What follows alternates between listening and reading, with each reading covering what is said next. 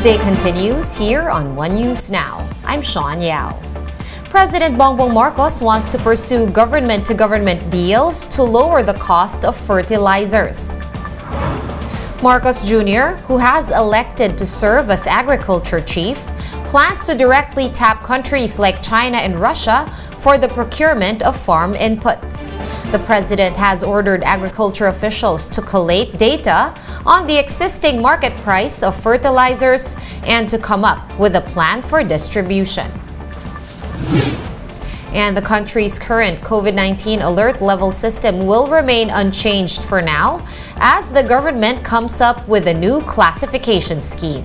JC Cosico with the details. The country's COVID-19 alert level system remains for now as authorities continue to study new ways of classification.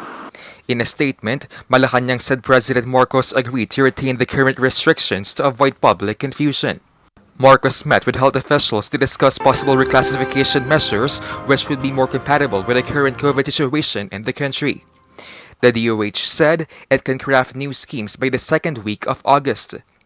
DOH OIC Maria Rosario Vergere agrees with adjusting the classification.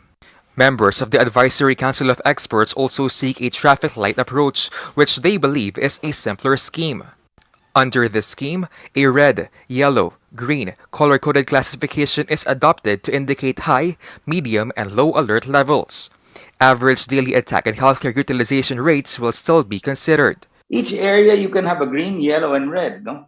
And whether it's, you can go down to the region, the provinces, no?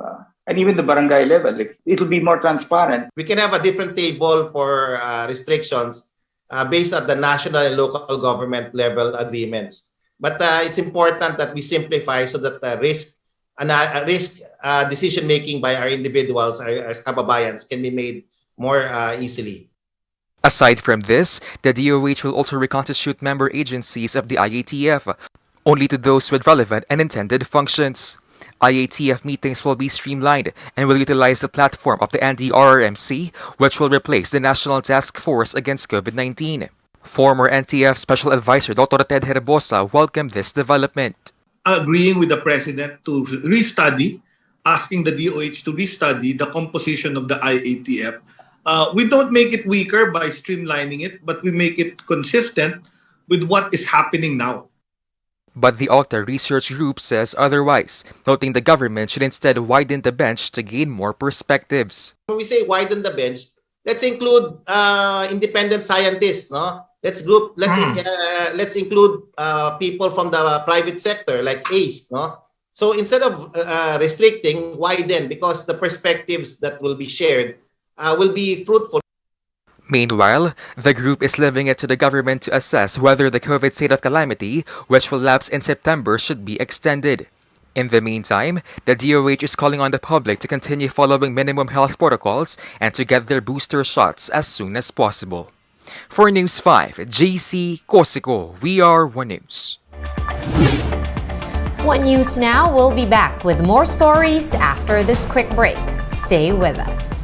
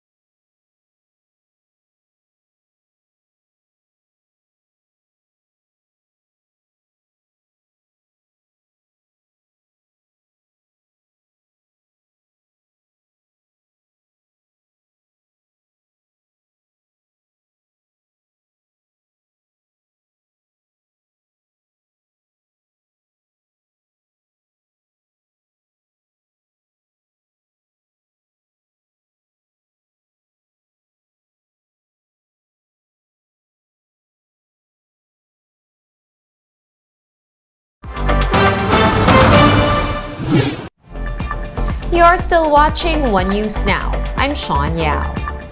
The Philippines is still among the top 10 countries that are most active in the gaming community on Twitter in the first half of the year. The social media platform says the Philippines posted the 7th highest number of tweets about gaming from January 1 to June 30. Last year, the Philippines clocked in the 6th highest number of tweets about gaming. The biggest number of gaming-related tweets came out of Japan, followed by the United States and South Korea. Globally, Twitter tallied some 1.5 billion tweets on gaming in the first half of 2022. That is a 36% increase from the same period last year. Let's now take a quick look at today's other top stories. President Bongbong Marcos presided over his third cabinet meeting this morning. Among the department heads that presented reports are DepEd Secretary Sara Duterte and Social Welfare Chief Erwin Tulfo. A gun ban will take effect in the city of Manila from July 22 until July 27 for the first State of the Nation address of President Bongbong Marcos. The PNP warns that those caught violating the gun ban will have their licenses suspended and could face criminal charges. The LTFRB has vowed to settle its unpaid dues with drivers and operators of the EDSA bus carousel. LTFRB Chairperson Cheloy Garafil said they are fast-tracking payments after noting backlogs from the previous administration. For more updates, visit News 5, The Philippine Star, and Business World online. Visit our website, onenews.ph, for more in-depth analysis. You can also catch One News on Signal Play. Register for a free account at www.signalplay.com and stream One News Live anytime, anywhere. Masks on, wash hands, and stay safe, Philippines. I am Sean Yao. We are One News.